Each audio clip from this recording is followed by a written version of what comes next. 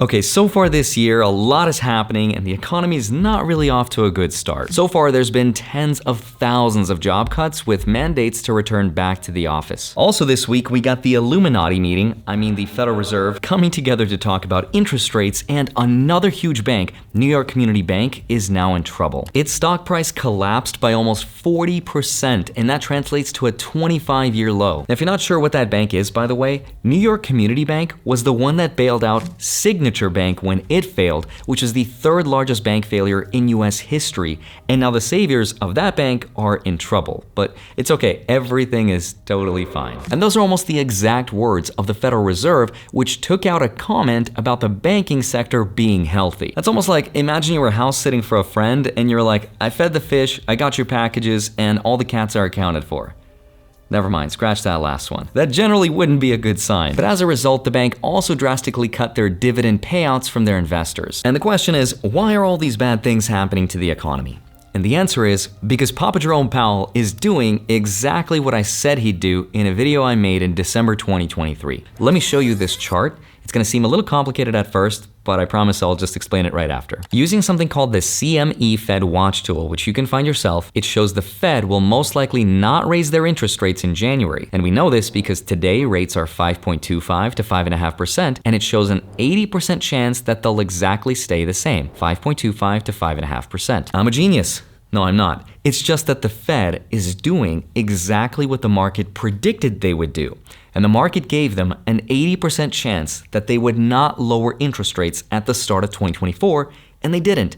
Interest rates stayed exactly the same, and all of that is putting on a huge pressure on the economy, corporate spending, and people's jobs. So first, throughout the video, I want to show you all the layoffs because it's been crazy and explain why it's happening. Then I want to talk about New York Community Bank to show you if this is a problem specifically tied to them or if we should prepare for a banking crisis 2.0. And then I want to show you the bigger picture of why all of this is happening. And then later, we'll talk about when the Federal Reserve will actually start to lower interest rates, most likely. So with that said, a lot to talk about. Let's get into it.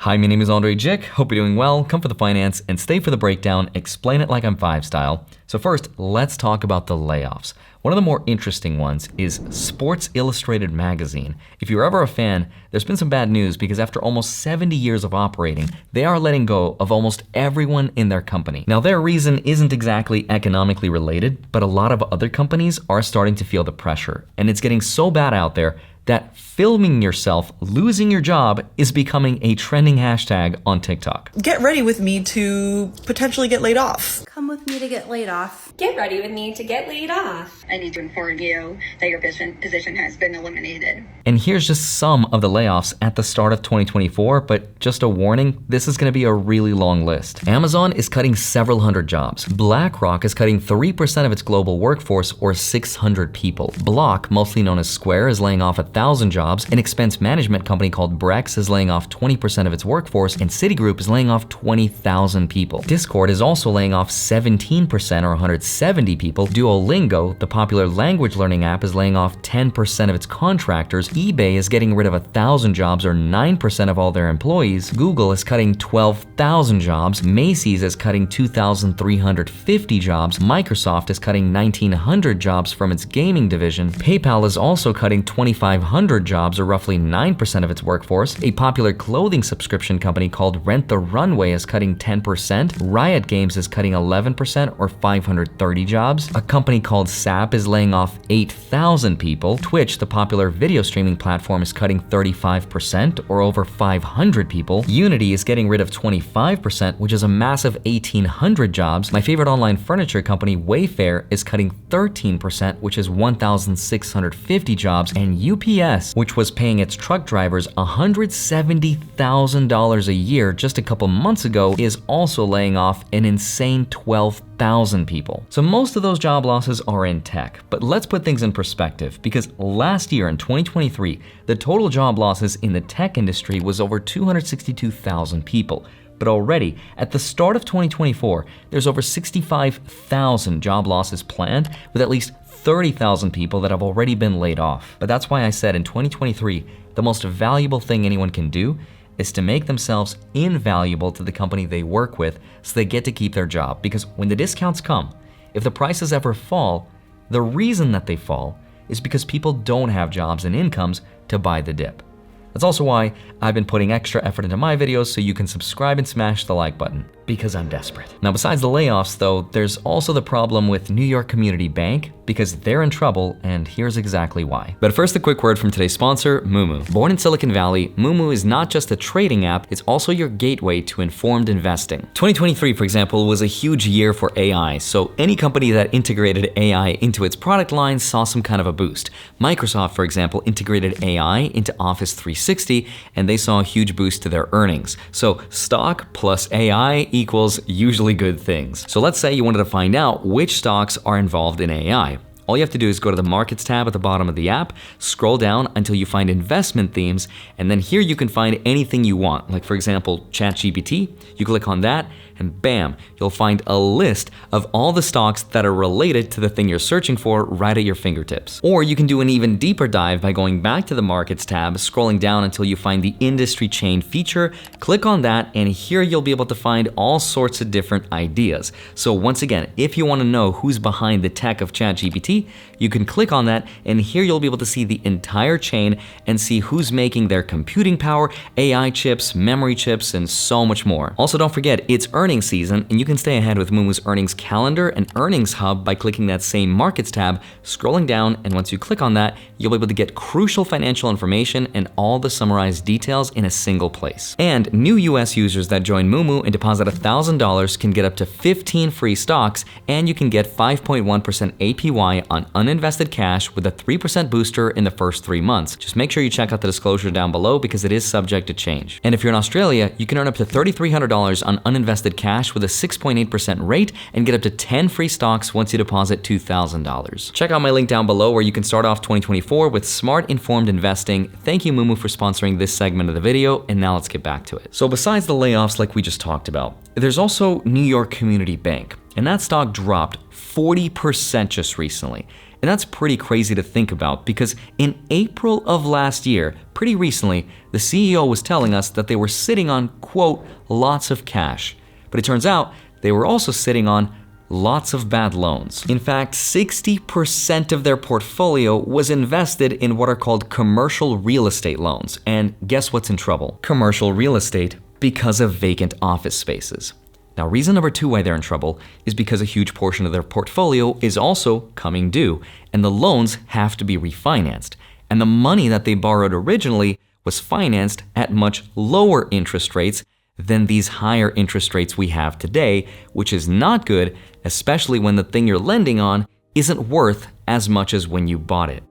Now, reason number 3 why they're in trouble is because after they acquired the failing Signature Bank, their total AUM, which is assets under management, fancy for how much money they manage, exceeded $100 billion. Now, when a bank holds that much money, by law, they're required to hold a certain percent of it in reserves to protect them from any kind of failure.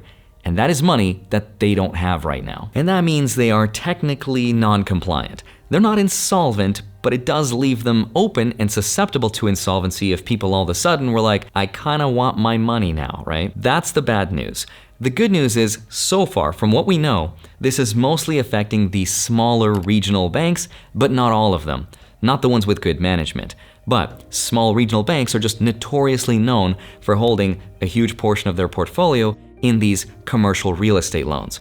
I know I'm throwing a lot of complicated fancy words at you, but just know that small banks love to give their money for commercial real estate. And that's not doing well so far. So we'll see what's gonna happen, but while we wait, here's a kind reminder about the dangers of picking individual stocks and investing. Because just 11 months ago, the New York Community Bank stock was upgraded because of its significant funding advantages and, quote, extremely safe dividend of 7.9%. Of course, Reddit being Reddit did super complex mathematical equations and figured out it was a value buy, so they bought into it thinking it was on sale, only to have it lose 40%. And that should show you the dangers of listening to CEOs and their promises and chasing dividend yields of 7.9%, thinking that if you analyze the numbers and crunch some data, you're going to find out something the market already doesn't know about itself, because that's not how it works. And the worst part about all of this is that people just won't learn, because it's small numbers. From $10 a share down to $6 a share, it's small number down to still small number, only a $4 difference. But what you really lost is 7 years of growth. Assuming the stock grows at 10% per year, which is very hard to do for bank stocks right now, it would still take someone 7 years at 10% per year of growth just to get back to where the stock was last week. But don't worry, Reddit will never fail to fail, because New York Community Bank is now a value buy. And look, someday maybe they'll be right, but that's why we don't take advice from Reddit or from YouTubers. So now the question is, why are all of these bad things happening to the economy? Arguably the biggest reason is because interest rates are still too high for the economy. And now we're seeing the events play out that were set in motion years ago when the Fed started to increase interest rates. And that's why we're seeing all these layoffs, and we'll continue seeing them throughout 2024. And unfortunately, we also learned this week that the Fed will not be helping us by lowering interest rates just yet. So the question is, when will they start to lower them so that people can borrow money, they can buy houses, and companies will start to hire again? And according to that same CME Fed Watch tool I showed you at the beginning of the video, it's predicting that the next Illuminati meeting, which happens in March, that there's only a 34.5% chance that the Fed will lower rates, so they probably won't lower them in March. And if that's true, expect more layoffs. But at the next meeting, which happens on the 1st of May, there's a 62.3% chance that they will finally lower them for the first time. And the problem is, even if they do lower interest rates, it will most likely be by 0.25%. It's very small, which means probably expect more layoffs. And history shows it's not been kind to the economy when the Fed lowers rates, because when they do, that means they see pain ahead, a possible recession. And if you look at data spanning almost 70 years worth, you'll notice that when we reach a plateau or a peak of interest rates, which we have so far, right as we start to lower them, that's when we've almost always gone into a recession, as you can see by these vertical gray bars. Now, that's not to say that history will repeat itself again, but I do think it's smart to look at data and consider the possibility.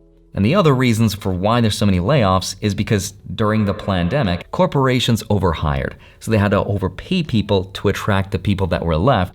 That's why we're seeing so many layoffs, especially in tech. You could say that we're going back to normal. With that said though, let me tie it all together and give you my personal opinion on what's been happening. Because so far this year, it seems like it's gonna be really hard on jobs. Despite what the media says about jobs being good so far, I don't think it's good for the average consumer. Because inflation, even though it's slowed down to normal, prices are still too high. And inflation just means the rate of growth has slowed down, but again, prices are still growing, just slower than they used to. That's why personally, for me, I'm gonna keep a really close eye on how much money I spend on things that I don't need. Like this sick Sun edition of the Moon Swatch with Omega collaboration. I don't know why I need this stuff. I already have the Saturn and Uranus. I also just took my parents on a 10-day vacation to Europe where we watched the International Circus Festival, which held its 50th year anniversary. Basically a circus show my dad competed in, which was the reason that we were able to come to America. But you know, stuff like that I should probably be careful about. But from an investing point of view, I'm also dollar cost averaging into the S&P 500. I'm still buying VTI and I'm not buying individual stocks. Except for Tesla. I did just recently buy individual Tesla stock, so if it's going down, now you know why. And I'm also dollar cost averaging into SCHD, which is Charles Schwab's dividend ETF, to build my passive income, because I love blue chip, boring dividend stocks and the stock market, because slow and steady is the only way to get consistent results, but I'm also dollar cost averaging into Bitcoin. So ultimately, be careful, be valuable, invest consistently, and don't forget to have your cash cushion and emergency fund. And as always, I hope you have a wonderful rest of your day. Smash the like button, subscribe if you haven't already. Don't forget to grab your free stocks. Links are down below, and then go track them automatically with a spreadsheet link down below on my Patreon. Love you. Thank you so much for watching this video. I'd love to see you back here on Monday and Friday, sometimes a Wednesday. See you soon. Bye-bye.